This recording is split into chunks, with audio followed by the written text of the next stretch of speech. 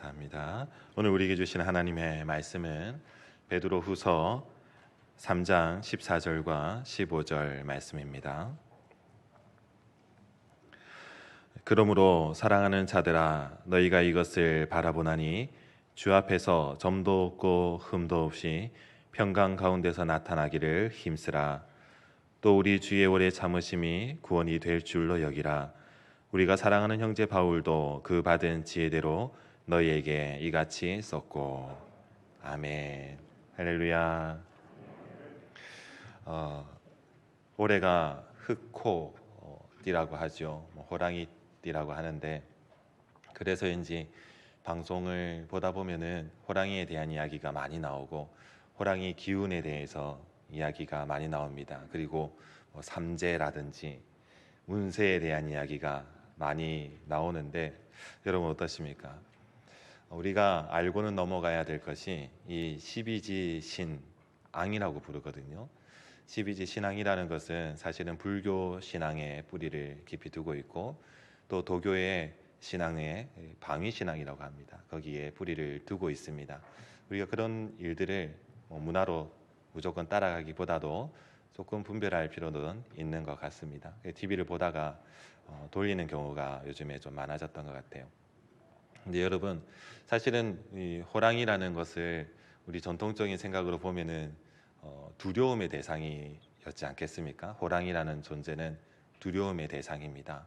그래서 우리 속담 가운데 그 두려움을 표현했던 속담들이 있는데, 그 중에 이런 속담이 있습니다. 호랑이한테 물려가면 어떻게 하라고 되어 있습니까? 어떻게 해야 될까요? 네, 정신 차리면 산다라고 되어 있는데, 어떤 분이 이렇게 이야기를 했어요. 호랑이한테 물려갈 때 정신 차리고 있으면 계속 아프다. 네, 계속 고통스럽다는 거예요. 호랑이한테 물려갈 때 정신 차리면 산다는 것은 어떠한 어려운 상황이 있을 때라도 정신에 집중하면 살아날 길이 보일 수 있다라는 좋은 속담인 것 같습니다. 근데 우리는 살아가면서 이만한 어려움을 당하는 일들이 우리에게 없기를 바랍니다. 우리는 그런 어려움을 겪지를 않기를 항상 소망하고 살아가고 있습니다. 그러나 오늘 우리는 베드로서의 말씀을 통하여서 하나님의 말씀 전체를 조명하게 되는데, 그 중에 베드로 전서의 5장 8절 말씀에 신앙인들의 상태를 이렇게 말씀하고 있습니다. 같이 한번 읽겠습니다. 근신하라, 깨어라. 너희 대적 마귀가 우는 사자같이 두루다니며 삼킬 자를 찾나니. 문제적 상황이지 않습니까? 이런 상황을 우리는 겪지 않기를 바라고 피하고 싶은 일이지만, 이미 대적 마귀는 우는 사자와 같이 두루다니면서 삼킬 자를 찾고 있습니다. 우는 사자와 같이 삼킬 자를 찾고 있는 이 상황 속에서 사랑하는 성도님들, 고통을 당하는 사람이 있고 그 위기를 넘어서는 성도가 있다는 것입니다.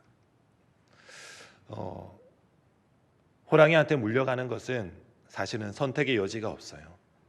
갑자기 와서 선택의 여지가 없이 사람을 울고 가는 것이 호랑이지 않겠습니까?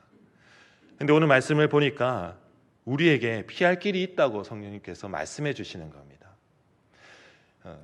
우는 사자와 같이 마귀가 두루다니면서 삼킬 자를 찾고 있지만, 그러나 성경 말씀에서 근신하고 깨어라. 깨어 있으면 어떻게 한다고 되어 있습니까? 대비할 수 있다고 되어 있는 거예요. 아무리 극한 상황이 우리 가운데 온다 할지라도 그것을 미리 알고 있으면 충분히 대비할 수 있지 않습니까? 성경 말씀은 근신하고 깨어 있어서 대비하라 라고 말씀하고 있습니다. 베드로서 전체에서 대적 마귀는 성도들이 겪게 되는 어려운 상황이라든지 환난과 극심한 고통을 표현하는 모든 이야기들을 담고 있습니다. 그 중에 이제 베드로 후서로 넘어가면은 이 일을 일으키는 존재들을 거짓 선지자 그리고 거짓 선생들이라고 표현하죠. 그러면 그들이 가르치고 있는 것을 포함하는 것이 아니겠습니까? 베드로후서 2장 1절 말씀 같이 한번 읽겠습니다. 그러나 백성 가운데 또한 거짓 선지자들이 일어났나니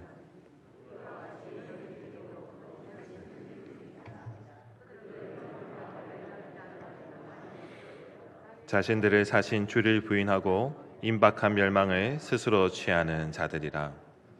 거짓 선지자, 거짓 이단, 거짓 선생들이 멸망하는 이단을 가만히 끌어들여서 교회와 성도들을 위협하고 있다는 겁니다.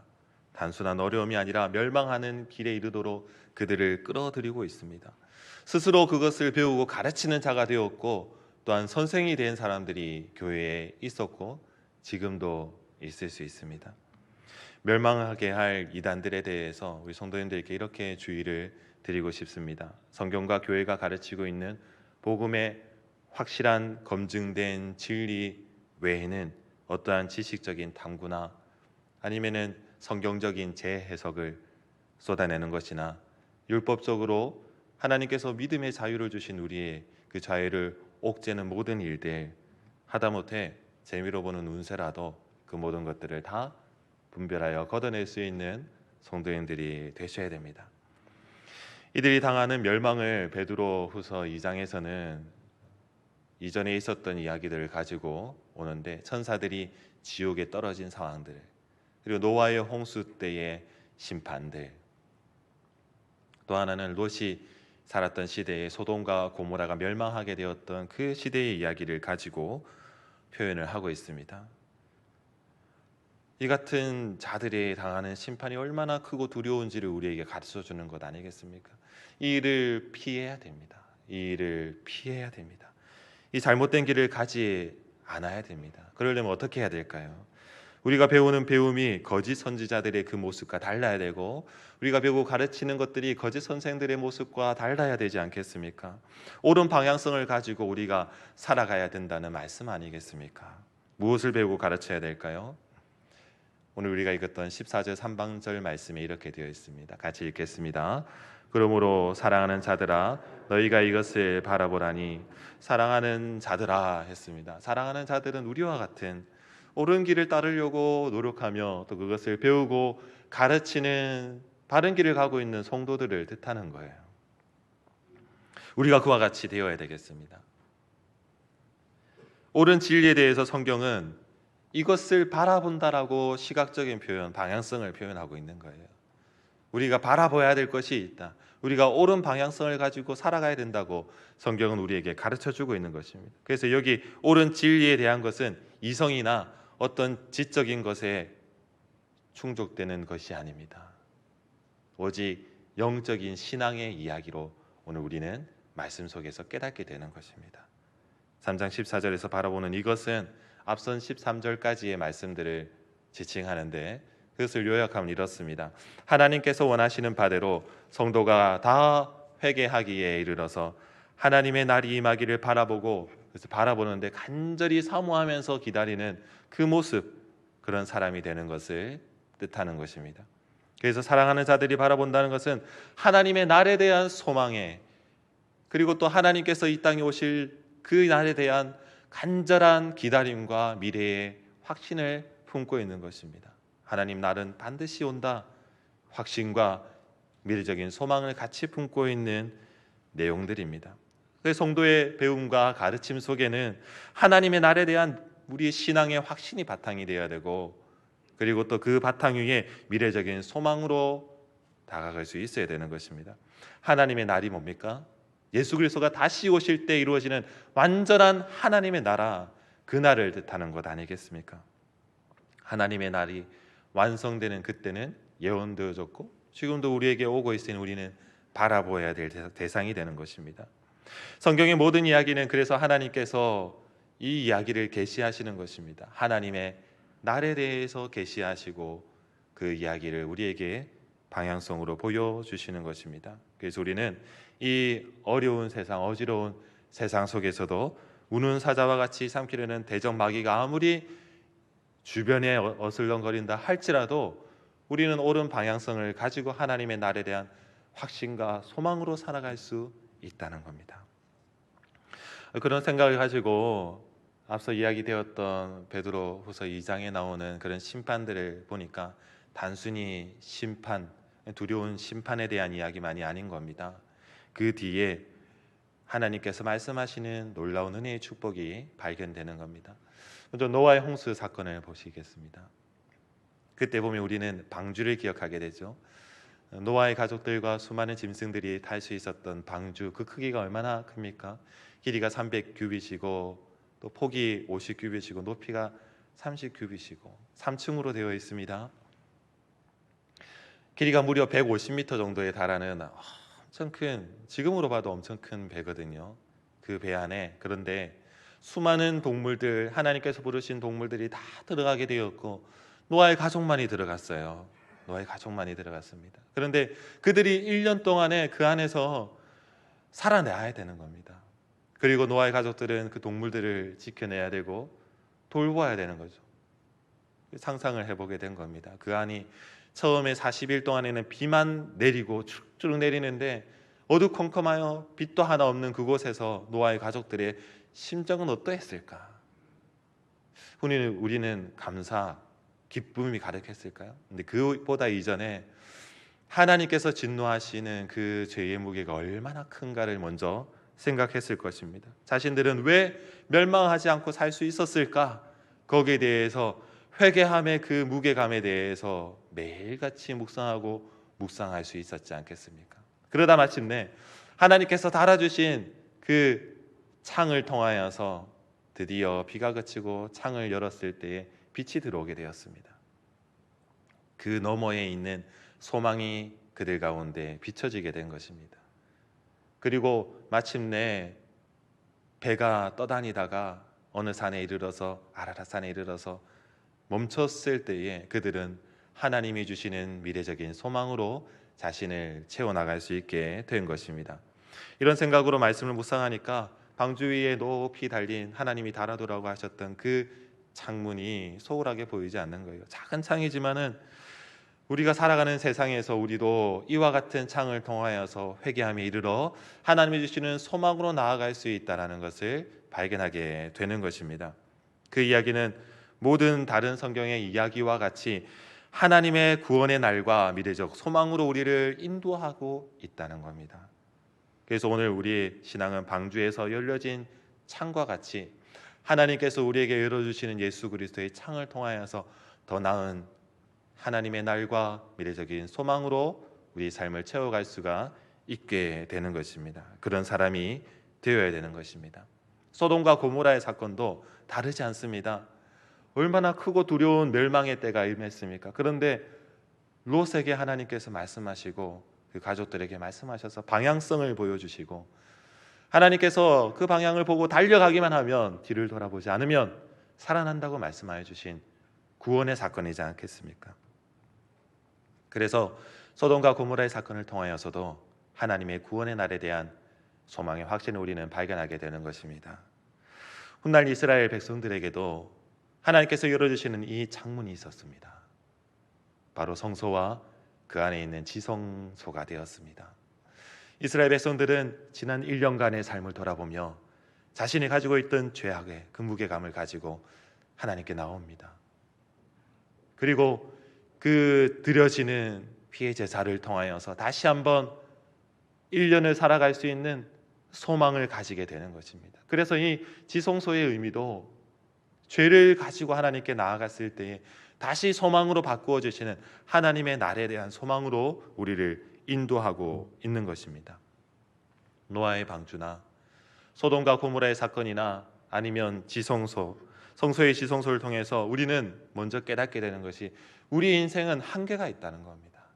우리의 인생은 한계가 있을 수밖에 없습니다. 열린 창이 필요하고 하나님께 나아갈 수 있는 통로가 필요하고 하나님께서 보여주시는 더 나은 미래와 그 소망이 우리에게 필요하다는 것을 깨닫게 됩니다. 그런데 노아의 방주나 성소에 남겨져 있던 지성전이 우리에게 남겨져 있지 않습니다. 왜 그럴까요? 그것은 이 땅에 있었던 불확실한 불완전한 것이었기 때문이죠. 그래서 완전한 것이 필요합니다. 그 완전한 창이 되시는 분이 예수 그리스도시고 우리에게 찾아오셨습니다. 그래서 우리가 예수님께서 이루신 소망 안에 산다는 것은 과거의 흔적을 쫓아서 사는 것이 아니라 이 땅에 오셔서 십자가에 죽으시고 부활하시고 하늘로 올라가신 대로 다시 오시겠다고 말씀하시면서 소망을 우리에게 주신 예수 그리스도에 대한 믿음의 확신 가운데 살아가는 것입니다. 하나님 나라에 대한 하나님 날에 대한 확실한 소망으로 살아갈 수 있게 된 것입니다. 방주가 남아있지 않아도, 지성전이 남아있지 않아도, 그것이 보이지 않아도 하나님 나라를 봐야 되겠죠. 구약 성경에 보니까 그와 같이 창을 열어서 하나님을 본 사람이 있습니다. 바로 다니엘 아니겠습니까? 그가 처한 어려운 상황 속에서도 매일 창을 열고 예루살렘을 향해서 열진 창을 통하여서 하나님을 묵상했습니다. 그에게 창은 세상을 보는 통로가 아니라 살아계신 하나님에 대하여서 묵상할 수 있는, 하나님을 만날 수 있는 미래적인 소망을 받아들일 수 있는 귀한 시간이 되었던 것입니다. 이와 같이 성도의 삶의 자리에서도 우리에게 주신 하나님의 창을 통하여서 더 나은 하나님이 보여주시는 하나님의 날과 소망을 바라볼 수 있는 성도인들 되시기를 바랍니다. 그런데 거짓 선지자들, 거짓 선생들은 말씀을 왜곡하여서 조롱하여서 주님께서 강림하신다는 약속이 어디 있느냐, 자신의 어리석음으로 하나님의 나를 향해 열려진 창문도 스스로 닫아버리고 다른 사람도 들어가지 못하도록 하고 있습니다. 베드로후서 3장 4절 우리 같이 읽겠습니다. 이르되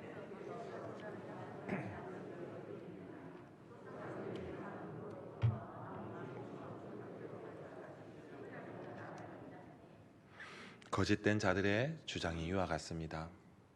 하나님 말씀이 어디 있습니까? 강림하신 약속이 어디 있습니까? 좋은 말로 조롱을 하겠죠. 그런데 그들 가운데 있는 무지함과 거짓됨을 스스로 가리고 있는 겁니다. 열린 창의 또 다른 의미는 환기입니다. 환기입니다. 공기를 깨끗하게 순환하는 것, 하나님께서 세상에 살아가는 우리를 위해서 영적인 환기가 가능하도록 그 창을 열어두신 것입니다. 우리에게 길을 열어주셨습니다. 그리고 이 창은 항상 열려진 것이 되어서 언제나 우리가 이 창을 통하여서 하나님이 주시는 그 미래적인 소망으로 우리 삶을 환기시키고 살아갈 수 있게 열어두신 것입니다.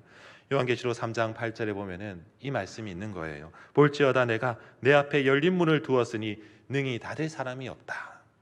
하나님이 열어주셨으니 능히 닫을 사람이 없다는 겁니다. 우리가 하나님을 바라보는 신앙을 이렇게 확신 가운데 올바른 신앙으로 살아가야 될 중요성이 여기 있는 겁니다. 우리의 구원이 오직 하나님께로부터 오기 때문이죠. 다른 것이 아닙니다. 하나님께로부터 이 구원이 우리에게 임하기 때문입니다. 우리의 구원은 하나님께로 옵니다. 그래서 예수 그리스도께서 다시 강림하신다는 이 믿음이 우리에게 다시 하나님이 주시는 소망으로 남겨지게 된 것입니다. 우리의 구원이 하나님께서 주시고 하나님께로 온다는 이 교리는 우리 신앙에 있어서 매우 중요한 진리가 됩니다. 우리가 하나님께 대하여 교만하지 않는 삶을 살아갈 수 있는 안전장치와도 같이 우리에게 주어진 것입니다. 세상을 향해서는 신앙인들이 어떠한 도전도 할 수 있지만 하나님에 대하여서는 교만해서는 안 되는 거죠. 하나님에 대해서는 결코 교만할 수 없습니다. 그런데 사탄은 이 교만함을 가장 큰 무기로 삼고 있습니다. 자신이 그렇게 타락했음에도 불구하고 많은 사람들을 교만하게 해서 하나님께로부터 멀어지게 하는 것이 사탄의 목적이고, 우는 사자같이 그런 여러 사람들을 죄로 물들게 하기 위해서 돌아다니고 있는 것입니다.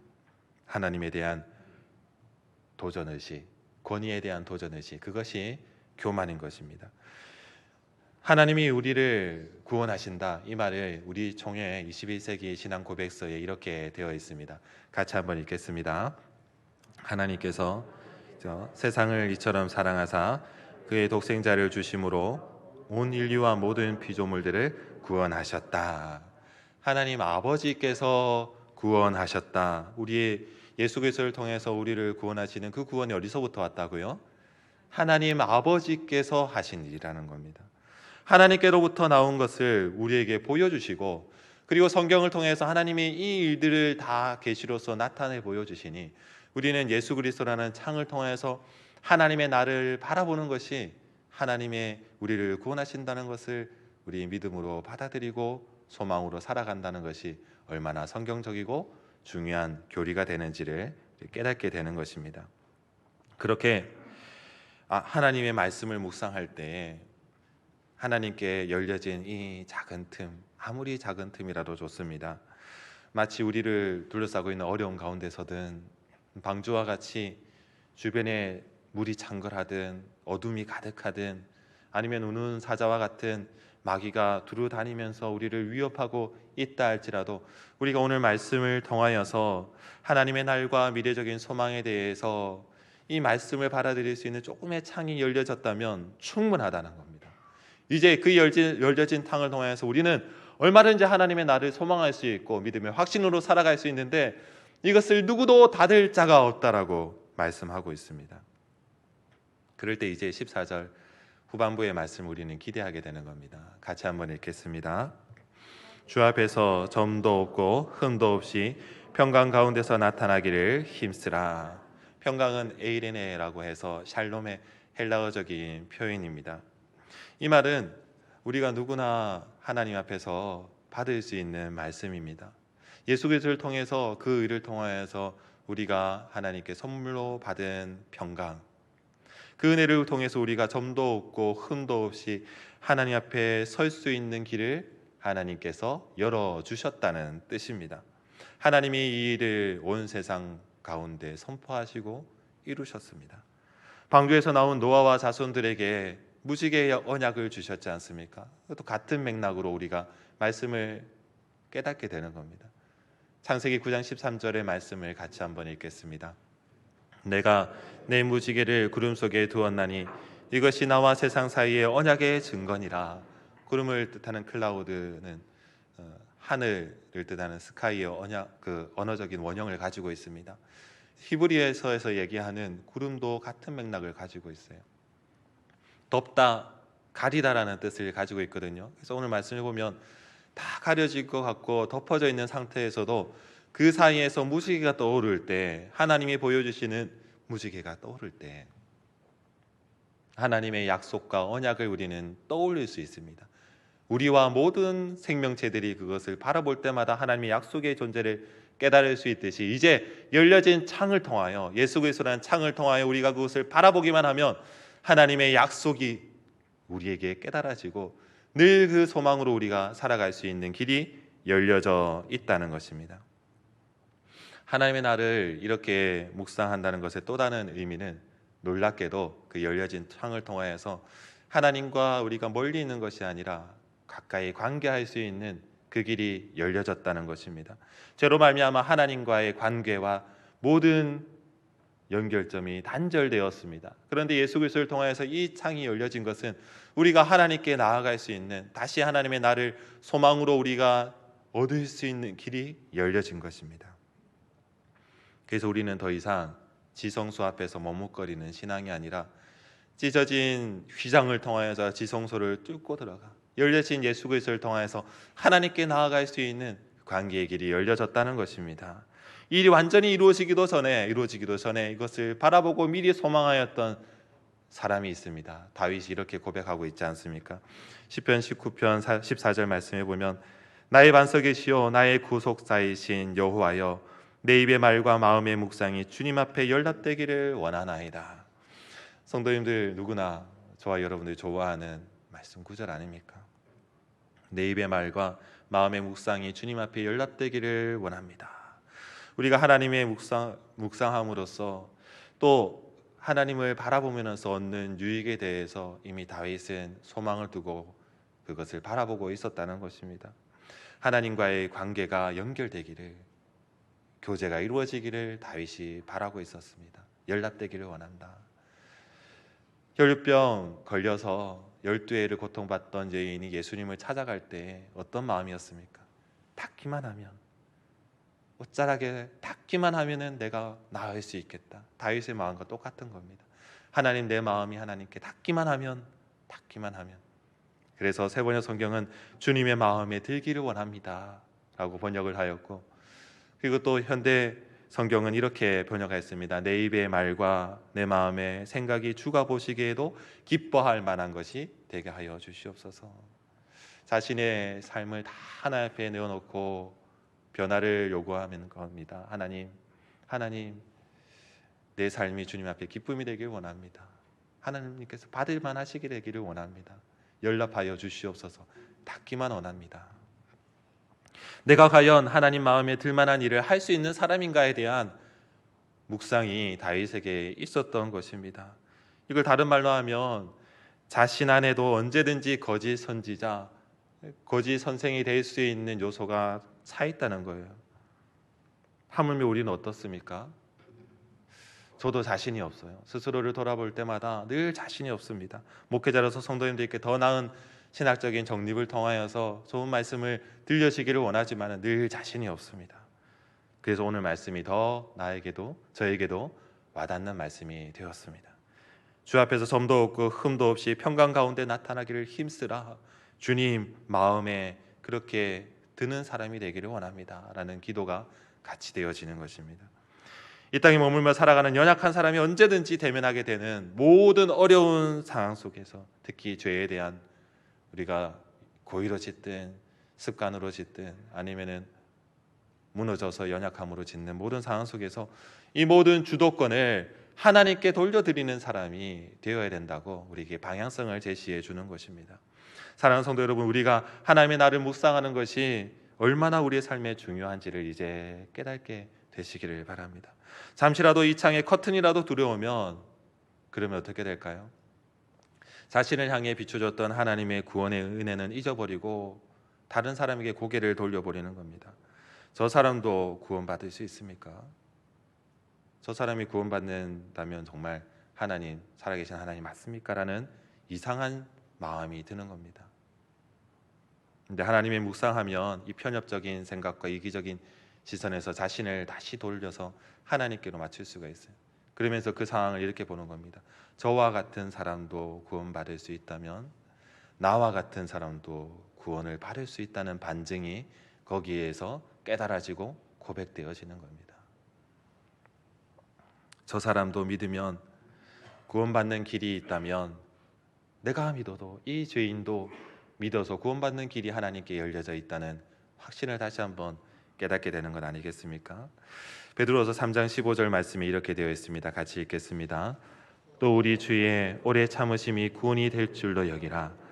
우리가 사랑하는 형제 바울도 그 받은 지혜대로 너에게 이같이 썼고, 말씀은 우리 주의 오래 참으심이 구원이 된 줄로 우리가 받아들이라 말씀하고 있습니다. 예수 그리스도를 통한 그 창을 통해서 하나님에 대해서 묵상할 때마다 우리는 이걸 깨닫게 되는 거예요. 영적인 환기를 통해서 깨닫게 되는 겁니다. 우리 구주의 오래 참으심이 우리에게 구원이 되는구나. 늘 깨닫고 소망으로 다시 한번 자신을 살아갈 수 있게 만드는 겁니다. 하나님의 말씀이 받아들여지는 성도가 되는 것이죠. 사도 바울도 이것을 지혜대로 이같이 썼다고 되어 있지 않습니까? 사랑하는 성도님들께서 성령님이 주시는 지혜가 있으니 우리 주의 오래 참으심이 우리의 구원이 되는지를 받아들이는 성도님들 되시기를 바랍니다. 우리가 어떻게 복음으로 교회를 새롭게 하고 세상을 이롭게 계속 이렇게 살아낼 수가 있을까요? 자신할 수 있습니까? 늘 하나님의 나를 향한 우리의 삶으로 영적 환기를 통하여서 하나님과 교제하지 않으면 이와 같은 일을 이뤄낼 수 없습니다. 그런데 하나님과 이렇게 영적 환기를 통해서 하나님과 교제하면은 가능하다는 겁니다. 이런 신앙적 중심이 없으면 오늘 예배드리고 내일 아침에 눈을 떴을 때에 하나님은 영업 중지, 커튼을 쳐버리고 셔터를 내려버리는 상황이 되는 것입니다. 자신을 비롯해서 그 누구도 다시 하나님께로 이끌어드릴 수 없는 상태로 또 한 주를 살아갈 수 있는 겁니다. 사랑하는 성도 여러분, 우리가 눈을 들어서 예수 그리스도를 통해서 열려진 그 창 너머에 있는 하나님이 보여주시는 하나님의 날과 미래적인 소망으로 우리가 확신 가운데 살아가야 되는 것이 얼마나 중요한지, 이것을 매일 묵상함이 우리에게 얼마나 중요한지를 그 지혜를 깨닫는 성도님들 되시기를 축복합니다. 기도하시겠습니다. 이 시간 기도하실 때에 우리 안에 예수 그리스도로 하나님의 나를 향해 열려진 창이 있음을, 주변의 상황이나 잘못된 배움이나 탐욕적인 지식이나 미움이나 교만함으로 그 창이 가려진 것은 아닌지를 살펴보십시다. 어느덧 자신은 하나님의 나를 사모하고 미래적인 소망으로 살아가야 될 신앙의 바른 길을 잃어버리고 영적 환기가 되지 않은 채로 살아왔지 않느냐 우리가 돌아보기를 바랍니다. 다시 이것을 바라보게 하여 주시옵소서. 멸망하지 않는 회개함에 이르러 하나님의 날이 임하기를 바라보고 간절히 사모하는 사람이 되도록 이 시간 함께 기도하시겠습니다. 하나님 아버지, 주님,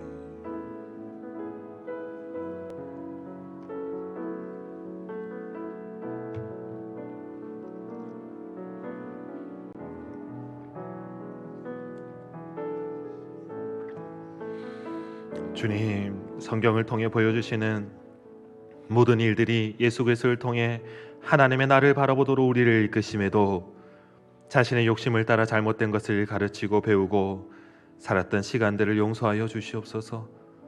하나님의 오래 참으심이 구원이 되는 것을 깨닫는 지혜도 없이 무엇이 그리 당당하며 자신하며 살 수 있었는지 우리가 회개하오니 하나님 우리의 기도를 들어주시옵소서. 우리의 모든 잘못을 용서하여 주시고 예수 그리스도를 통해 보여주시는 진리의 바른 길 위에 서서 다시 살아갈 수 있도록 우리를 인도하여 주시옵소서. 예수님의 이름으로 기도드립니다. 아멘.